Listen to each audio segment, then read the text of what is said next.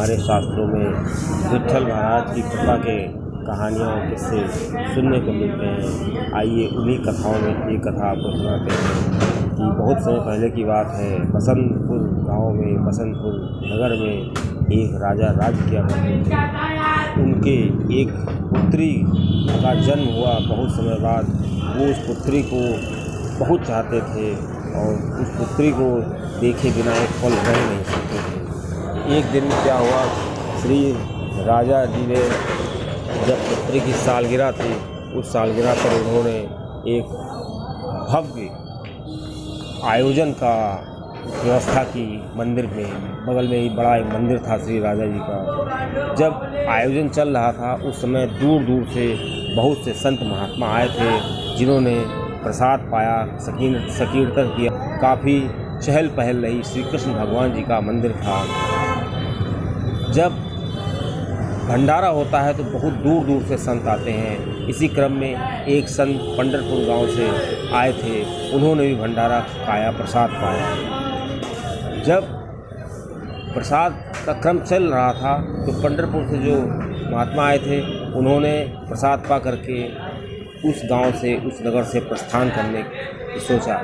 वो थोड़ी ही दूर चले थे, जब गांव निकल गया तो उन्होंने देखा कि उनके पीछे पीछे एक 2 साल की छोटी कन्या आ रही है। अब एक पेड़ पर के नीचे जब महात्मा जी रुके तो वो कन्या भी उनके पास आई और श्री महात्मा का उंगली पकड़ ली। अब महात्मा को ये नहीं समझ में आ रहा था कि ये लड़की किसकी है। उन्होंने पता लगाने की कोशिश की, अगल बगल पूछा लोगों से, लेकिन कोई नहीं बता पा रहा था कि ये लड़की किसकी है, क्योंकि वो राजा की पुत्री थी तो आम आदमी उसके दर्शन नहीं पाते थे और वो छोटी थी। और चूँकि जो महात्मा थे उन्होंने भी आयोजन में हिस्सा तो लिया, लेकिन उन्होंने पुत्री का मुख का दर्शन नहीं किए थे, जैसा कि अक्सर नहीं होता है। अब महात्मा की ये नहीं समझ में आ रहा था कि जो पुत्री उनका हाथ पकड़े हुए है वो उस पुत्री का क्या करें। अब महात्मा से रहा नहीं गया। उन्होंने सोचा कि क्यों ना इसको श्री विट्ठल महाराज का प्रसाद समझ करके इसका पालन पोषण करें, और श्री विट्ठल महाराज के दरबार में ले गए। जब वो पंढरपुर पहुँचे तो वहाँ पर उन्होंने मंदिर के बगल में ही एक कुटिया बना रखी थी। उसी कुटिया में उस पुत्री का पालन पोषण किया, धीरे धीरे उसको शिक्षा दी और पुत्री धीरे धीरे उसने संगीत सीखा और श्री महात्मा के साथ में रोज़ वो मंदिर में जाती थी और भजन कीर्तन करती थी। जब वो थोड़ा बड़ी हुई तो भजन कीर्तन में बहुत ही निपुण हो गई थी। दोस्तों, वो मंदिर में जा कर के भजन कीर्तन करती थी और जब एक समय ऐसा आया कि वो बड़े बड़े आयोजन करती थी और उसी मंदिर में सारे संगीत, सारे कीर्तन वो अकेले करती थी और बड़ी दूर दूर से लोग उसको सुनने को आते थे, क्योंकि वो बहुत ही खूबसूरत थी और बहुत ही उसकी मधुर आवाज़ से सरस्वती जी की कृपा थी। दोस्तों, जब वो संगीत गाती थी तो लोग दंग रह जाते थे। दोस्तों, इधर क्या हुआ, जो राजा थे जिनकी पुत्री खो गई थी, उनके एक पुत्र का जन्म हुआ। पुत्र भी धीरे धीरे बड़ा हुआ और घुड़सवारी और शिकार करना उसकी आदत थी और वो घुड़सवारी करते करते कभी कभी काफ़ी दूर चला जाता था। एक दिन वो पंढरपुर गांव के निकट पहुंचा और मंदिर के बगल से निकल रहा था। जब उसने बहुत मधुर संगीत की आवाज़ सुनी तो उसने सोचा कि ये कौन है, इसका देखते हैं चलके। वो संगीत उसके मन में बिल्कुल समा गया और विट्ठल महाराज की कृपा उसको हो गई। जैसे ही वो घोड़ा वोड़ा खड़ा करके अंदर की तरफ मंदिर में हाथ धो करके गया, तब तक संगीत ख़त्म हो चुका था और संगीत गाने वाला भी वहाँ से चला गया था। अब उसने मंदिर में पता लगाया कि ये संगीत कौन गा रहा था, इस कथा का इसका आयोजन किसने किया था। दोस्तों, पता चला कि ये आयोजन कल फिर होगा और संगीत गाने वाली एक कन्या है जो काफ़ी सालों से यहाँ संगीत गाती है। अब उस लड़के से रहा नहीं गया, उस राजकुमार से। उसने मन बना लिया कि मैं इसी नगर में रुकूंगा और दूसरे दिन उसका संगीत सुन के जाऊंगा। दूसरा दिन हुआ और संगीत शुरू हुआ। वो कन्या आई, उसने संगीत गाया। संगीत गाने के बाद भजन हुआ। उसके बाद उसने उस कन्या से संपर्क करने की कोशिश की और उसके चरणों में गिर गया। कहा, मैं आपके संगीत को सुन करके जो आपका श्री विट्ठल महाराज का संगीत था, जो भजन थे, उसको सुनने के बाद मेरा मन पूरी तरीके से श्री विट्ठल महाराज में लग गया है। अब मैं आपकी शरण में हूँ। उसने उसको कृपा बताई अपनी और बताया कि श्री भगवान की जिस पर कृपा होती है वो उसके कर्म होते हैं, उसी हिसाब से कृपा होती है। फिर वो राजकुमार अपने नगर आ गया धीरे धीरे, लेकिन वो उस संगीत को भूल नहीं पाया।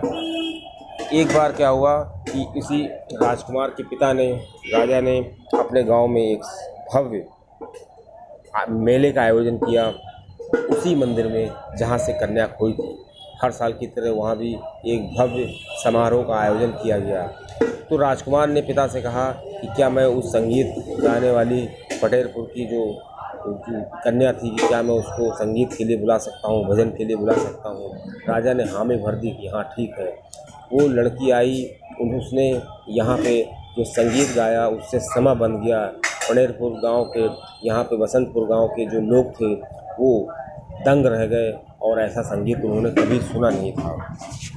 विट्ठल विट्ठल गा रही थी वो, और लोग काफ़ी मस्ती में झूम रहे थे। और वहाँ महात्मा ने कहा, वहाँ जो जिस महात्मा के साथ उसने उसको पाला था, उसने कहा, बसंतपुर का जब नाम सुना उसने कहा कि मैं भी तुम्हारे साथ चलूँगा। उसने कारण नहीं बताया कि क्या कारण है, बस कहा मैं भी तुम्हारे साथ चलूँगा उस गांव में। वो महात्मा भी वहाँ पे आया।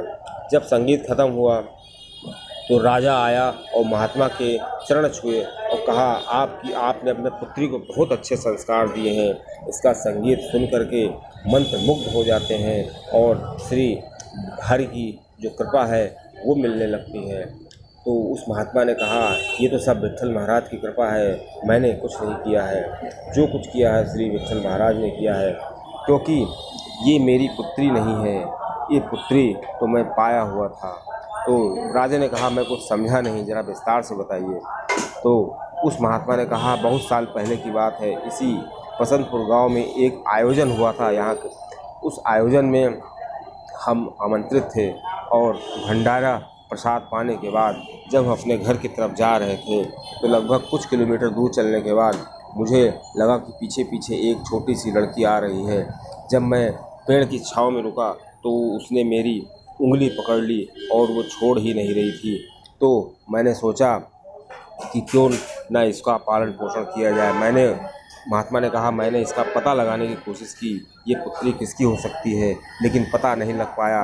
तो मैंने इसको पालने का निश्चय किया। मैंने सोचा कि श्री विट्ठल महाराज की यही कृपा है, यही उनकी इच्छा है। मैंने उसको पाला। और जब राजा ने उससे और विस्तार में पूछा कि उस समय उसकी उम्र कितनी रही होगी, तो उस महात्मा ने बताया कि उस समय उसकी उम्र लगभग 2 साल की थी।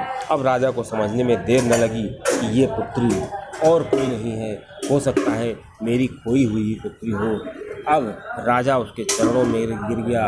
रानी को भी बुलवाया गया। रानी ने तुरंत पहचान लिया, कहा ये तो मेरी ही पुत्री है। रानी और राजा दोनों अपनी पुत्री को पा करके बहुत ही प्रसन्न हुए, क्योंकि विट्ठल महाराज की जब कृपा होती है तो बड़े बड़े काम बन जाते हैं, काम बनने में देर नहीं लगती है।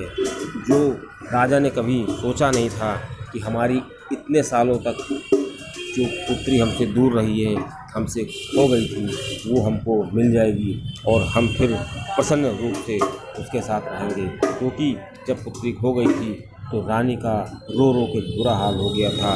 राजा और रानी ने बहुत प्रयास किया, सारे मंदिरों में गए। विट्ठल महाराज की जो सीढ़ियाँ थीं वो सब आंसुओं से गीली हो जाती थीं। वो हमेशा दर्शन करते थे जा कर के और मांगते थे, लेकिन राजकुमार के होने के बाद वो धीरे धीरे उसको भूलने लगे थे। लेकिन पूरी तरीके से उस लड़की की याद उनके मन से नहीं गई थी। उनको विश्वास था कि एक दिन ज़रूर हमारी पुत्री हमको मिलेगी। और दोस्तों, श्री विट्ठल महाराज जो है, किसी का विश्वास होता है उसको नहीं तोड़ते हैं। अगर किसी भक्त को विश्वास हो जाए कि श्री विट्ठल महाराज उसका काम बनाएंगे और इनकी कृपा होगी तो मेरे सारे काम बनते जाएंगे, तो ऐसा होता है। दोस्तों, चैनल अच्छा लगे तो सब्सक्राइब करें।